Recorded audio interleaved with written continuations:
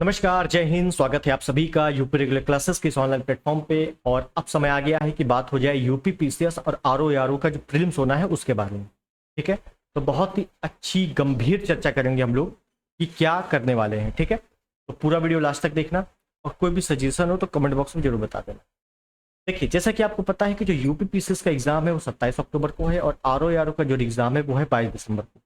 Official date आ चुकी थी पहले ही कैलेंडर में। ठीक, और यूपी पीसीएस में लगभग लगभग अभी अगस्त सितंबर अक्टूबर लगभग लगभग 2.5 महीने बचे हुए हैं और आरओ आरओ में लगभग लगभग 3 से 4 महीने 4 महीने बचे हुए हैं, पूरे पूरे 4 महीने। ठीक, तो अब आपको सुनने में बड़ा अच्छा लग रहा होगा, अभी 2.5 महीने 4 महीने है, लेकिन जो रेगुलर तैयारी कर रहा है उसको पता है कि यूपी पीसीएस और आरओ आरओ या यूपी पीएससी की जितने भी एग्जाम है उनको क्रैक करने के लिए 4 महीने भी कम पड़ जाते हैं। ठीक है, तो अब इंपॉर्टेंट क्या है पूरी चर्चा करेंगे।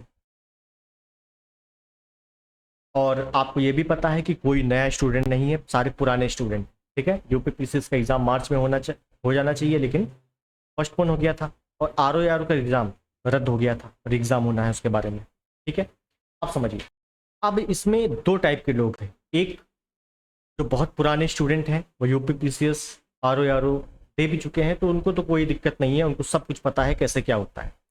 लेकिन जो नए हैं उन्होंने यूपी पीसीएस भी इस बार भरा है और आरओ आरओ भी भरा है, और उनको ये लग रहा है कि यार मुझे इसी अटेम्प्ट में या इसी वैकेंसी में यूपी पीसीएस 2024 और आरओ आरओ 2023 वाली वैकेंसी में ही किसी ना किसी में मुझे फाइनल सिलेक्शन लेना है। तो मेरा सजेशन ये रहेगा कि आरओ आरओ बेस्ट है, क्योंकि यूपी पीसीएस क्या है कि यूपी पीसीएस में उसका सिलेबस भी एक तो लेंदी है, मेंस का लेंदी है, प्री का तो चलो हो जाएगा कोई दिक्कत नहीं है, लेकिन मेंस का लेंदी है, बहुत प्रैक्टिस करनी पड़ती है। लेकिन आरओ आरओ में नहीं है ऐसा। आरओ आरओ में क्या है, जो प्रीलिम्स है लगभग 70 to 80% वही मेंस है। 20% आपको एस्से वगैरह या लेटर राइटिंग आपको अच्छे से करना पड़ेगा, वरना बाकी सब कुछ प्रीलिम्स और मेंस दोनों सेम है। तो इस वजह से अगर इसी में सिलेक्शन चाहिए और दोनों फॉर्म है, किसकी तैयारी किसकी फोकस्ड तैयारी करे, तो मैं कहूँगा आरओ आरओ। ठीक है, चलिए खैर अब बात कर लें। आपको पता है कि यूपी पीसीएस में भी अच्छा खासा जीएस आता है और आरओ आरओ में भी अच्छा खासा जीएस आता है। इसके लिए उत्तर प्रदेश लोक सेवा आयोग का जो पूरा सिलेबस ऑफिशियल सिलेबस उसका एक रिवीजन होना बहुत जरूरी है। ठीक है, और अब जो समय बचा है वो रिवीजन का ही समय बचा है। अब ऐसा नहीं है कि कोई बैच लेके मैं पढ़ूं या कोई नया जो है किताबें ला के मैं पढ़ूं, है ना। तो वो समय अब निकल चुका है कि मैं किताबें लाऊं या कुछ करूं। अभी तक मैंने जितना पढ़ा है उसका रिवीजन बहुत जरूरी, वो भी डेप्थ में रिवीजन, क्योंकि रिवीजन जब तक नहीं होगा, यूपी पीसीएस तो एक बार हो भी जाएगा लेकिन आरओ आरओ कभी नहीं होगा। क्योंकि आरओ आरओ जैसे एग्जाम में आपने देखा होगा अभी 11 फरवरी वाले पेपर में क्वेश्चन बहुत ही आसान थे, लेकिन उसके ऑप्शन इतने ज़्यादा डिफिकल्ट थे कि कौन सा चूज करें, ऐसे उसने ऑप्शन बनाए थे। वो तभी सॉल्व हो पाएगा जब मल्टीपल रिवीजन होगा, क्योंकि मल्टीपल रिवीजन से क्या होता है, क्वेश्चन सटीक हो जाते हैं, यहाँ कंटेस्ट हो जाते हैं कि बिल्कुल यही आंसर होना चाहिए। ठीक है, तो इस वजह से रिवीजन जरूरी रहता है, बाकी कोई दिक्कत नहीं। अब होने क्या वाला है समझिएगा बहुत अच्छे से। ये आप देखिए, 1 अगस्त से शुरू हो रहा है। 1 अगस्त का मतलब कल से। ठीक है, 1 अगस्त से ये शुरू हो रहा है। ये एक तरीके का रिवीजन क्लासेस होगी और इसको नाम दिया गया है अभ्यास सीरीज। मैंने आपको काफी पहले इसके बारे में बताया था कि शुरुआत करने वाले हैं, लेकिन तब टाइम नहीं मिल पाया था। इसमें होगा क्या, आपको पता है कि 27 अक्टूबर 22 दिसंबर का टारगेट है हम लोगों का, और उत्तर प्रदेश लोक सेवा आयोग द्वारा जितने भी क्वेश्चन पूछे गए हैं लगभग 40,000 एमसीक्यू सीरीज। 40,000। अभी 40,000 का मतलब ये मत समझ लेना कि घटना चक्र पूर्वावलोकन के घटना चक्र पूर्वावलोकन ही करवाने वाला हूँ, नहीं, बिल्कुल नहीं। घटना चक्र में जो पीवाईक्यू दिया है बहुत ही कम है, समझ रहे हैं। घटना चक्र मेनली क्या है कि आपका पीछे थ्योरी है 1-2 पेज की, उसके बाद क्वेश्चन आंसर है, तब आपका वो कंबाइंड बहुत ही बेस्ट बुक है। लेकिन मैं आपको 40,000 प्लस एमसीक्यू करवाऊंगा। ठीक है, और ये पीवाईक्यू संपूर्ण पीवाईक्यू होगा। संपूर्ण पीवाईक्यू का मतलब है ये वो क्वेश्चन होंगे जो घटना चक्र पूर्वावलोकन में भी नहीं दिए हुए। वो क्वेश्चन तो होंगे ही होंगे जो घटना चक्र पूर्वावलोकन में है, लेकिन वो भी होंगे जो उस बुक में नहीं है। ठीक है, अब वो मेरा काम है करवाना। और ऐसा ही नहीं है कि क्वेश्चन लाए, क्वेश्चन पढ़े, आंसर करवा दिए, नहीं, पूरा एक्सप्लेनेशन होगा। ठीक है, जैसे एग्जाम्पल, तो पहले तो आपको ये समझ में आ गया कि उत्तर प्रदेश लोक सेवा आयोग द्वारा 40,000 MCQ एक सीरीज चलने वाली है, जो कि 1 अगस्त से रेगुलर चलेगी। किसके लिए? RO के लिए भी है, UPPCS के लिए भी, दोनों के लिए। RO के लिए थोड़ा सा इस वजह से क्योंकि थोड़ा सा अच्छा, मतलब डेप्थ में जाएंगे हम लोग, डेप्थ में। अब बस यही आपसे पूछा जाता है, फैक्ट और डेप्थ ही RO में आता है, ठीक। उसके बाद जो कोर सब्जेक्ट है वो क्या रहेंगे हमारे? जो कोर सब्जेक्ट है वो आप देख रहे हो यहाँ पर क्या क्या है आपका। एक geography, polity, history, current affairs, UPGK और साइंस, ये वो है जो कोर सब्जेक्ट है खासकर RO के लिए। जैसे जियोग्राफी में आपका इंडियन में आता है, वर्ल्ड भी आता है। अब करवाने का मतलब ये है कि आपको एक्सप्लेनेशन भी होना चाहिए।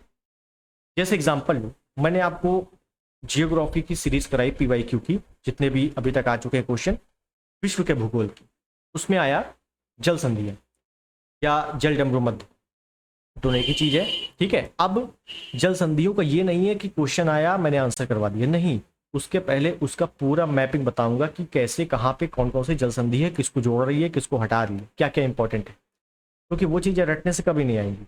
जैसे समुद्री जल धाराएं, तो आपने ओशन करंट पढ़ा होगा, समुद्री जल धाराएं पढ़ी होंगी कि कौन सी गर्म जल धारा है, ठंडी जल धारा है, वो कैसे गर्म है कैसे ठंडी है।